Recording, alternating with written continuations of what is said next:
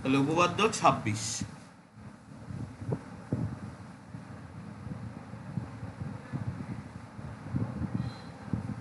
কি বলছে? প্রমাণ করো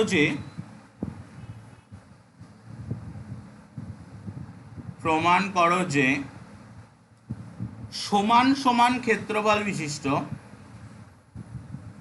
সমান সমান ক্ষেত্রফল বিশিষ্ট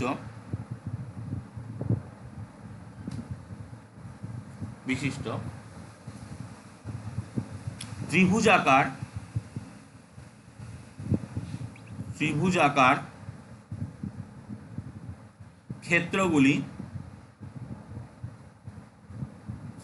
ক্ষেত্রগুলি একই ভূমির ওপর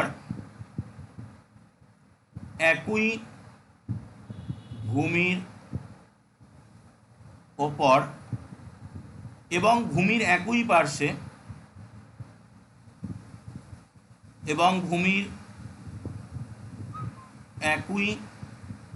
পার্শ্বে অবস্থিত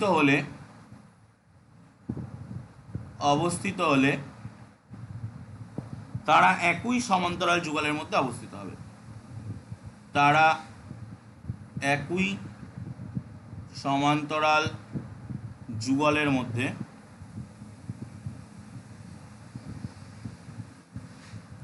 অবস্থিত হবে।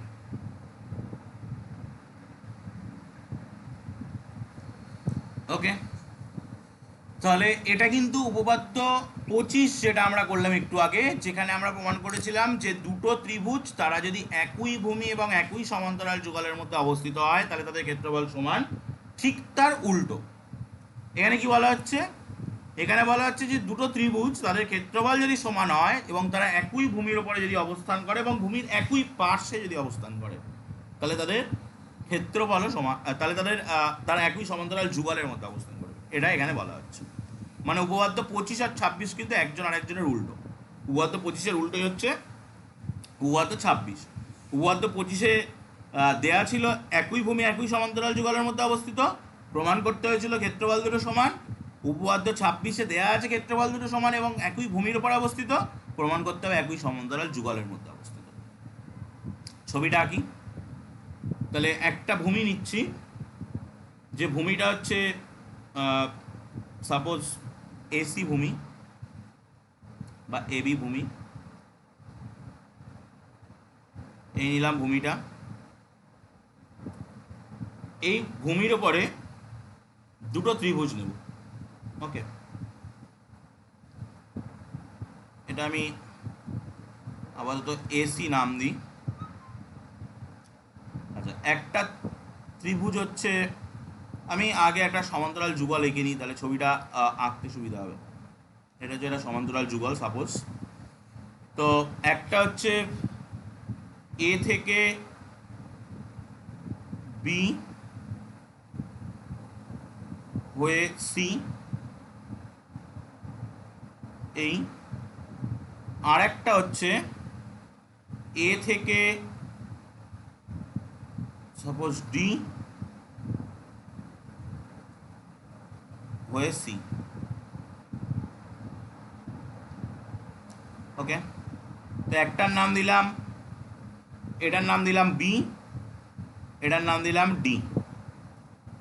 ঠিক আছে, তো আমি কিন্তু মানে এই বিডি সরলরেখাটা এখনো কিন্তু আমাদের কোনো কাজে আসছে না। বিডি সরলরেখাটা আমরা শিকারে নেব কিন্তু। ঠিক আছে, তাহলে আমরা কি করছি?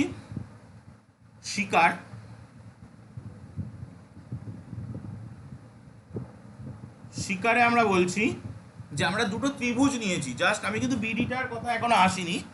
আমরা একটা এবিসি ত্রিভুজ নিয়েছি আর একটা এবিডি ত্রিভুজ, এসিডি ত্রিভুজ নিয়েছি। তো ত্রিভুজ এবিসি এবং ত্রিভুজ এডিসি এর ক্ষেত্রফল সমান, কারণ আমাদের বলাই আছে ক্ষেত্রফল সমান। এর ক্ষেত্রফল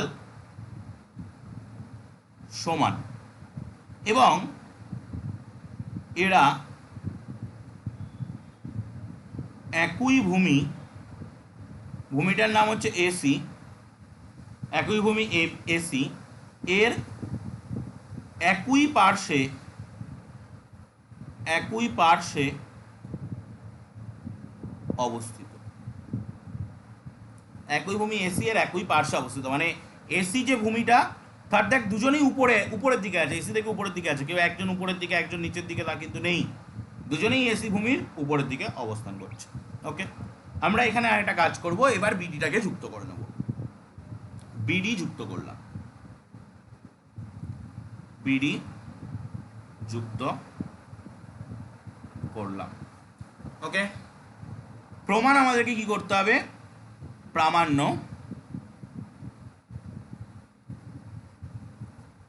প্রমাণ করতে হবে যে,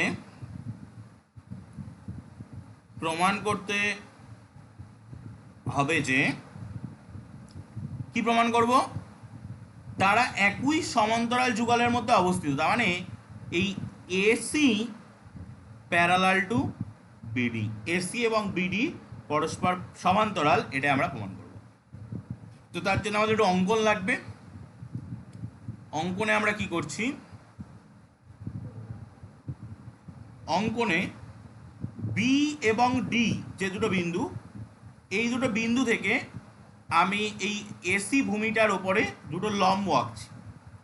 তো বি এবং ডি বিন্দু থেকে এসি এর ওপর বি থেকে যে লম্ব আঁকছি তার নাম দিচ্ছি বিপি, আর ডি থেকে যে লম্ব আঁকছি তার নাম দিচ্ছি ডিকিউ। বিপি এবং ডিকিউ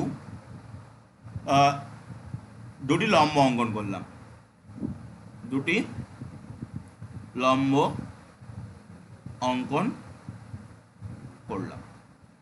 ওকে, তাহলে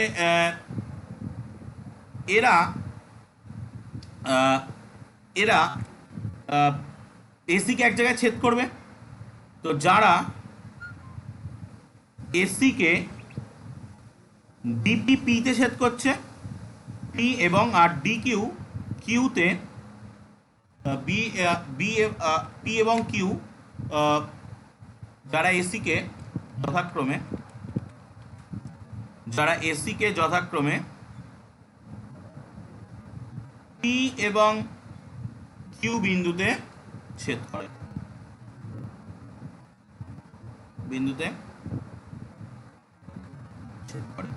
ওকে, তাহলে আমি কি করলাম? আমি বি বিন্দু থেকে এসি এর পরে একটা লম্ব টানলাম, আর ডি বিন্দু থেকে এসি এর পরে একটা লম্ব টানলাম। ডি বিন্দু থেকে যে লম্ব টানলাম সেটার নাম হলো বিপি, আর ডি বিন্দু থেকে যে লম্ব টানলাম সেটার নাম হলো ডিকিউ। এই যে বিপি আর ডিকিউ, এরাই কিন্তু, বিপিটা হচ্ছে এবিসি ত্রিভুজের উচ্চতা, কারণ আমরা ত্রিভুজের উচ্চতা কাকে বলে? শীর্ষবিন্দু থেকে ভূমির পরে যে লম্বটা টানা যায় সেটাই ত্রিভুজের উচ্চতা। আর ডিকিউ যেটা, সেটা কিন্তু এসি ডি ত্রিভুজের উচ্চতা, কারণ ডি হচ্ছে শীর্ষবিন্দু, সেখান থেকে এসি ভূমির পরে লম্ব টেনেছি, সেটাই হচ্ছে উচ্চতা। তাহলে এই দুটো হলো উচ্চতা। এবার আমরা অলরেডি কিন্তু পেয়েছি ত্রিভুজের ক্ষেত্রফল সমান, তাহলে ত্রিভুজের ক্ষেত্রফলের যে সূত্র হাফ ইন্টু ভূমি ইন্টু উচ্চতা, সেটা ব্যবহার করব। সেটা ব্যবহার করলে আমরা এখান থেকে হয়তো প্রমাণ করতে পারবো যে ওই দুজন সমান্তরাল। তাহলে আমরা কি করতে চলেছি একবার পুরোটা বলে দিই। আমরা প্রমাণ করতে চলেছি যে দুটো ত্রিভুজ যারা একই ভূমির ওপরে অবস্থিত এবং তাদের ক্ষেত্রফল সমান এবং তারা ভূমির একই পার্শ্বে অবস্থিত। তিনটে জিনিস কিন্তু দেয়া আছে, ভালো করে লক্ষ্য করতে হবে। একটা হচ্ছে সমান ক্ষেত্রফল, একটা হচ্ছে একই ভূমি, আর একটা হচ্ছে ভূমির একই পার্শ্বে অবস্থিত। তিনটে জিনিস দিয়ে বলেছে তারা একই সমান্তরাল যুগলের মধ্যে অবস্থিত, এটা প্রমাণ করতে তিনটে জিনিস দেওয়া আছে। তো আমরা শুধু প্রমাণ করব এসি প্যারালাল টু বিডি। ওকে, তাহলে দুটো ত্রিভুজ, একই ভূমি, ভূমির একই পাশে, ক্ষেত্রফল সমান, প্রমাণ হবে তারা একই সমান্তরাল যুগলের মধ্যে অবস্থিত। পেজ চেঞ্জ করছি, নেক্সট পেজে যাচ্ছি, গিয়ে আমরা প্রমাণটায় এগোবো। নেক্সট পেজে গিয়ে আমি একবার ছবিটা এঁকে নেবো। তো পেজটা চেঞ্জ করলাম। তাহলে ছবিটা কেমন ছিল? ছবিটা ছিল এরকম যে এই একটা ভূমি, এই ভূমিটার উপরে আমরা একটা সমান্তরাল যুগল নিয়েছি। সাপোজ এটা হলো সেই সমান্তরাল যুগলটা। এবার আমি এখান থেকে এরকম একটা ত্রিভুজ নিচ্ছি,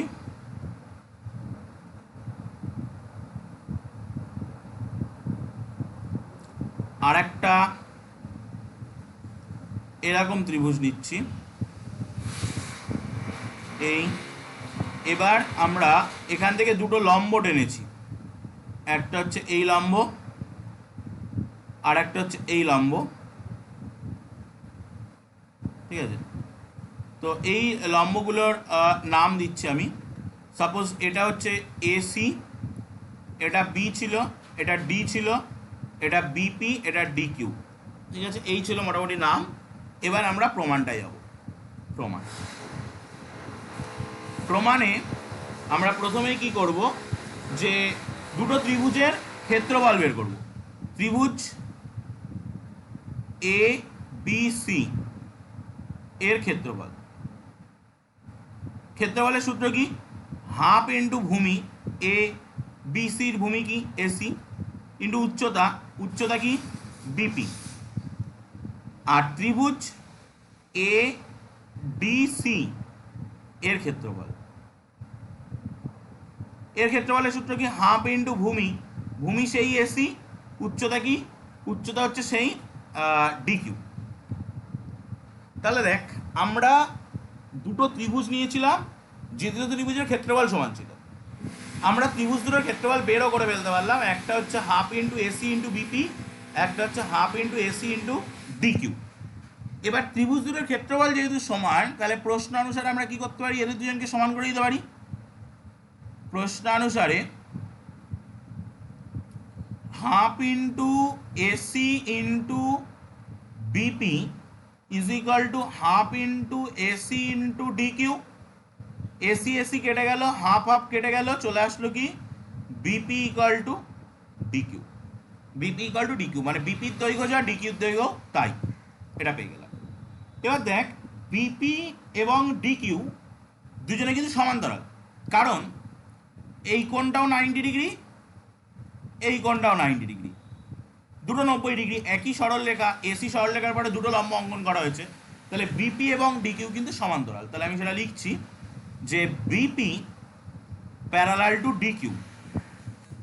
বিপি প্যারালাল টু ডিকিউ কেন না, উভয়ই একই সরল রেখার ওপরে লম্ব, সরল রেখার ওপর লম্ব, দুজনেই এসি সরলরেখার উপরে লম্ব। তাহলে AB BP parallel to DQ এবং বিপি ডিকিউ এর সমান, এবং BP is equal to DQ. তাহলে এই দুটো থেকে আমরা কি বলতে পারি, যে এই যে বিপি কিউডি এটা একটা সামান্তরিক, অতএব বিপি কিউডি একটি সামান্তরিক, বিপি কিউডি একটি সামান্তরিক। কারণ কোনো চতুর্ভুজের যদি এক জোড়া বিপরীত বাহু সমান সমান্তরাল হয়, তাহলে আমরা চতুর্ভুজটাকে সামান্তরিক প্রমাণ করতে পারি। তাহলে এরা সামান্তরিক, এটা যদি সামান্তরিক হয়, তাহলে এই সামান্তরিকের এই দুটো তো বিপরীত বাহু, একটা হচ্ছে পিকিউ, যার নাম আমরা দিতে পারি এসি, কারণ পিকিউ এর সঙ্গে তো বিডি সমান্তরাল হবে, পিকিউ এর সঙ্গে তো বিডি সমান্তরাল হবে। তাহলে আমরা বলতে পারি এসির সঙ্গে বিডি সমান্তরাল, অতএব পিকিউ প্যারালাল টু বিডি, আর পিকিউ মানেই হচ্ছে এসি প্যারালাল টু বিডি, যেটা আমাদের প্রমাণ করার কথা ছিল।